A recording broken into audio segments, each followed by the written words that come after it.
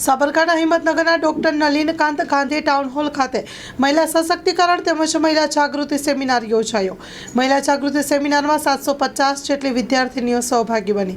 સાબરકાંઠા જિલ્લા પોલીસ વિભાગ દ્વારા ડીઆઈજી અને પોલીસ અધિક્ષક સાબરકાંઠાના માર્ગદર્શન હેઠળ મહિલા સશક્તિકરણ તેમજ મહિલા જાગૃતિ seminar doctor Nalinkant Gandhi town hall ખાતે હિંમતનગર ખાતે યોજવામાં આવ્યો હતો।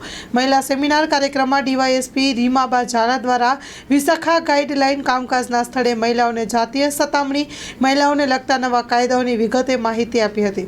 આજકાલ સૌથી વધુ ગુનાહિત પ્રવૃત્તિ મોબાઈલ તેમજ ઇલેક્ટ્રોનિક ગેજેટ્સથી થાય છે।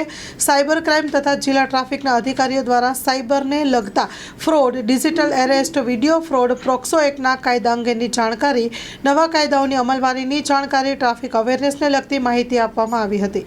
Story report by Jitendra Solanki, Sabarkantha.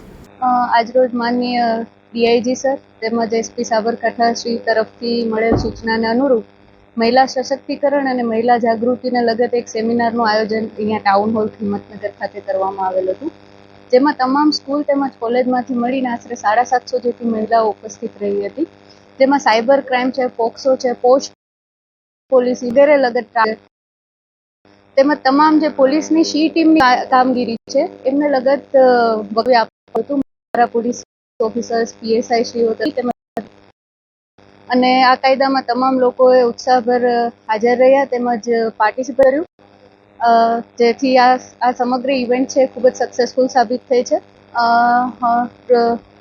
Recently આપણે નવા કાયદા છે, બીએનએસ છે, ભારતીય દંડ સંહિતા છે, એવા 3 જે નવા કાયદાઓ છે એની અમલવારી કરવામાં આવી છે સમગ્ર દેશમાં। તો એની જાગૃતિના લગત મુખ્યત્વે આ સેમિનાર હતો।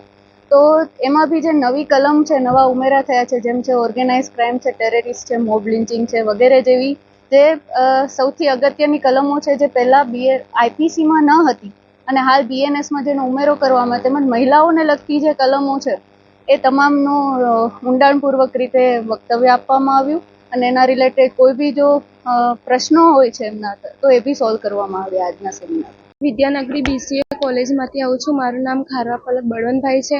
આજે જે આ કાર્યક્રમ થયું છે એ ઉપલબ્ધ અમને બહુ જાણકારી મળી છે। સાયબર ક્રાઇમ વિશે જાણવા મળ્યું છે કે શેનાથી બચાવ થાય છે, શું થાય છે, એ અંતર્ગત અમને બધું જાણવા મળ્યું છે। અને મારી આ જ રિક્વેસ્ટ છે કે બધી કોલેજ, સ્કૂલ જે પણ હોય છે ત્યાં આગળ જઈને તમે આ બધું કાર્યક્રમ કરો, જેનાથી બધી છોકરીઓને બધાને ખબર પડે કે આ સાયબર ક્રાઇમ શું છે, શું નહીં। ધન્યવાદ।